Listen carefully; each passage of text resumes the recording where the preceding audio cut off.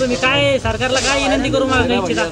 आता गरज आपण विनंती कर्ज माफ करा, काही करा, कर्ज काही कर्जमाफी केली पाहिजे. मी एक सांगू इच्छितो की आपल्या शेजारील राज्य मध्य प्रदेश सरकारनं शेतकऱ्याला एक कच्चा माल मार्केटला आलेला आहे, तर त्यांनी भावांतर फरक योजना लागू केलेली आहे. तमाम सरकार मायबापाला एक विनंती करणे, शेतकरी जर जगवायचा असेल, तरवायचा असेल तर भावांतर फरक द्या.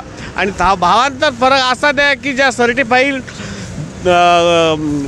कंपन्या असतील आणि कृषी उत्पन्न बाजार समिती असतील, त्या ठिकाणी माल विकल्यानंतर जे शेतकऱ्याला ज्या पट्ट्या देणार आहे त्या पावत्या लगेच ऑनलाईन करून गव्हर्नमेंटनं त्याला भावांतर फरकातला रक्कम द्यावं.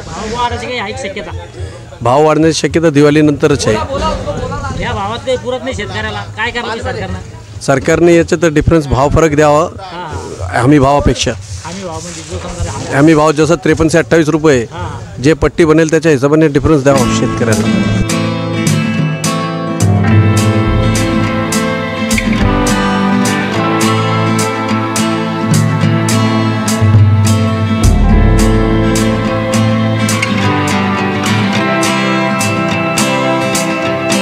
या ठिकाणी सोयाबीन विकलेली आहे व काटा झालेला आहे. आपल्यासोबत आहे आडत दुकानदार, त्यांच्याकडून आपण जाणून घेऊया की आज सोयाबीनला कमीत कमी काय भाव आहे, जास्तीत जास्त काय भाव आहे. पहिला आपला संपूर्ण परिचय द्या दादा. मी संजय कुमार ब्रजकिशोर लाहोटी, दुकान नंबर 69B, गाला नंबर 69B. बरं, सध्या आवक कशी? बरं, आज किती मार्केटमध्ये आवक असेल सोयाबीनची? आज सोयाबीनची आवक आहे 20,000 क्विंटल मार्केटमध्ये. हो. बरं, कमीत कमी काय भाव विकली आज सोयाबीन?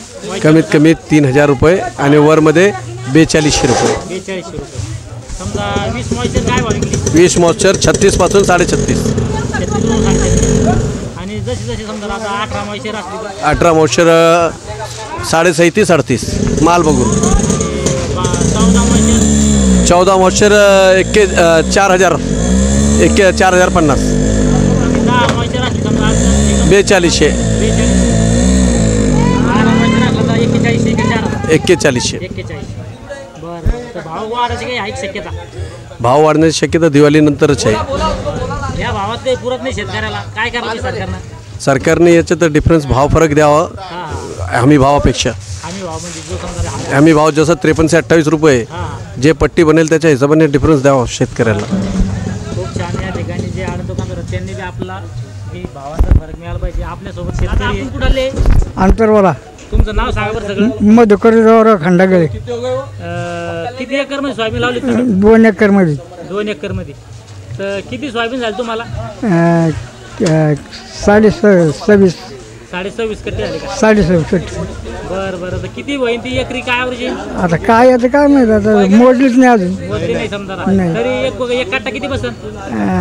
10 धडे 12 धडे. 10-12 धडे. हा समजा 7-8चा ॲव्हरेज येईल. हा. बरं, एकरी किती खर्च येतो बरं सोयाबीनला? एकरी लय मोठा येतो. लय मोठा म्हणजे 25. हा खर्च आहे. हा. आणि उत्पन्न केवढं उराल आपलं? उत्पन्न लय कमी झालं ना. बरं बरं, उत्पन्न निघाल नाही आपलं. सोयाबीनला काय भाव मिळाला पाहिजे आपल्याला? सोयाबीन काय क्विंटल विकली पाहिजे आपली तर आपलं सोयाबीन पुरण?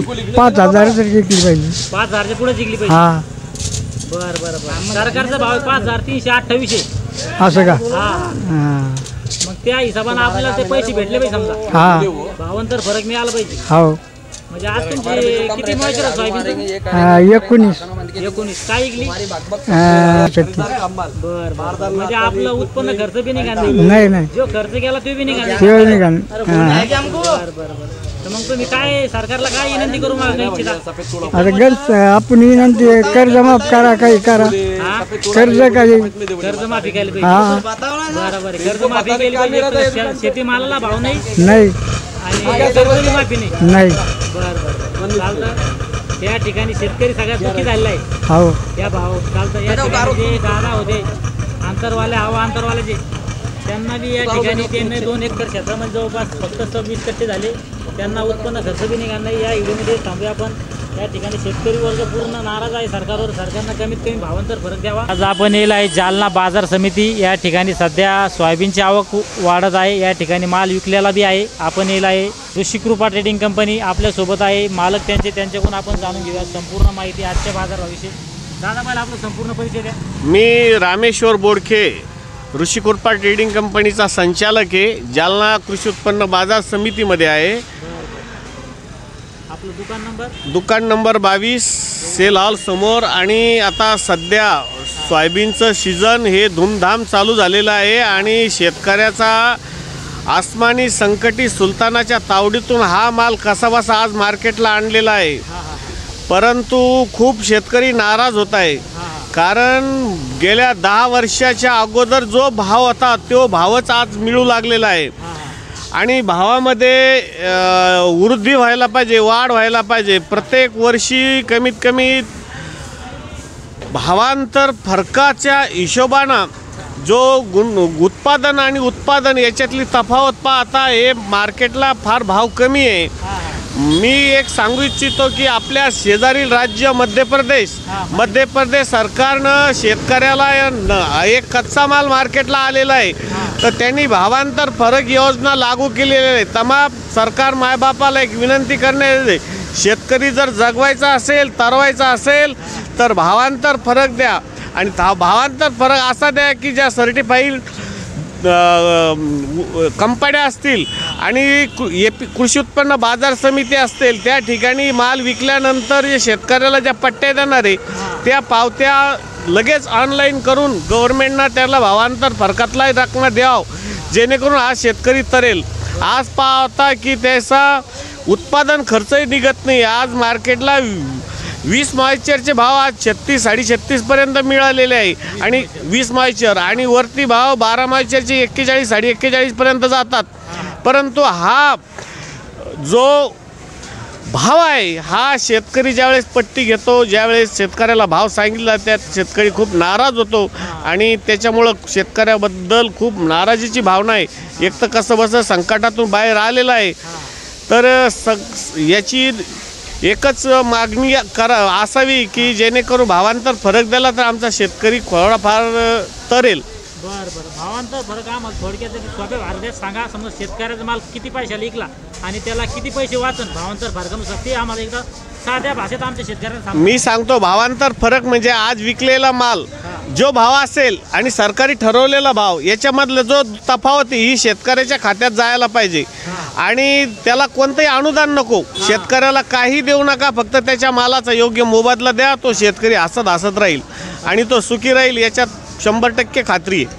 बरं समजा जो हमी भाव आहे समजा 5328 आणि जर आज शेतकऱ्याचा माल 4000 रुपये विकला तर त्याला समजा 1328 रुपयाच्या खात्यात जमा झाले पाहिजे. 100% बरोबर आहे. त्याच्या खात्यात त्या तुम्ही त्याला एक लिमिट द्या की बाबा एवढं उत्पन्न झालं, एवढ्याची एक निश्चित त्याचं धोरण आखा. आणि त्या पद्धतीनं जर शेतकऱ्याच्या खात्यामध्ये भावांतर फरक आणि प्रत्येक मालाचा कोणताही माल त्यामुळं काय होईल मार्केटमध्ये मागणी पुरवठा कमी जास्त झाला. अर्थ खात्याचं हे गणित आहे. पुरवठा वाढला, मागणी कमी झाली तर भाव पडतात आणि पुरवठा कमी झाला आणि मागणी वाढली तर भाव वाढतात. ह्या पद्धतीनं प्रत्येक पीक हा शेतकरी त्याच्या सोयीनं घेईल आणि प्रत्येक मालाला अगदी योग्य मोबदला मिळेल. आणि ते जी मंदी जी होती, जी तफावत होती ही होणार नाही. आणि त्यामुळं शेतकरी खुश राहील, त्याला प्रत्येक पीक घेण्यात तो आनंदी राहील. आता हे सोयाबीन पेरण्यामध्ये फार उदासीनता आहे, पण पर्याय नाही. काय करावं, शेतकरी एक तर कापूस पेरावं तर ते खर्च खूप वाढलेला आहे. सोयाबीन पेरावं तर जो फरक झालेला आहे काढणीचेच 5,000 रुपये, मळणी यंत्रावाला, बियाणावाला, खतावाला, त्याच्यात कोळपणी, हे सगळं भाव जो ड्युरेशन फरक काढला तर शेतकऱ्याच्या हातात काही येत नाही. त्यामुळं शेतकरी नाराज आहे. ही सरकार मायबापाला विनंती आहे की शेतकऱ्याच्या ह्या गोष्टी तुम्ही घ्या आणि त्याला भावांतर फरक द्याव. ही विनंती मध्य प्रदेश सरकारनं केलं आपल्या शेजारी, आपल्या शेजारच्या राज्यात केलं आहे. जर तुम्ही केलं तर तुम्हाला बेस्ट सरकार म्हणून शेतकरी म्हणतील, अन्यथा काही खरं नाही. बरं या ठिकाणी जी समजा सध्या जर आपण भावांतर फरक दिला तर बाजार समितीमध्ये काय होईल, बाजार समितीमध्ये बी माल वाढेल आणि बाजार समितीचंही उत्पन्न वाढेल आणि ज्या बाजार समितीच्या अंतर्गत जे काम करणारे लोक आहे याचं बी काम चालेल, आम्ही आडत्या लोकायला बी त्याचा फायदा होईल. एकंदरीत ही साखळी सगळी सुधरेल. फक्त भावांतर फरक द्यावा सरकारनं. ओरिजिनल पट्ट्याच्या आधारे त्यांना ते सोपं आहे, यंत्रणा लावल्या तर काही अवघड नाही. चालतंय. आपल्यासोबत ऋषी कृपा ट्रेडिंग कंपनीचे संचालक होते, त्यांनी आपल्याला शेतकऱ्याची कळकळ सांगितली. कारण की हा जो भाव आहे हा खर्चाला माग आहे. सोयाबीनचा खर्च बी निघणार नाही. या भावामध्ये जवळपास जी सोयाबीन आहे तिला एकरी 25 ते 30 हजार रुपये खर्च येतो आणि त्याचे सोयाबीनच एकरी 6-7 क्विंटल ॲव्हरेज यायला म्हणजे त्याचा खर्च निघणार नाही. कमीत कमी भावांतर फरक शेतकऱ्याने द्यायला पाहिजे सरकारनं शेतकऱ्याला, तेव्हाच शेतकऱ्याचं काहीतरी हे सोयाबीन पीक तारणारा ठरण. धन्यवाद. या व्हिडिओमध्ये थांबूया आपण, पुन्हा भेटूया नवीन व्हिडिओमध्ये. जय जवान जय किसान.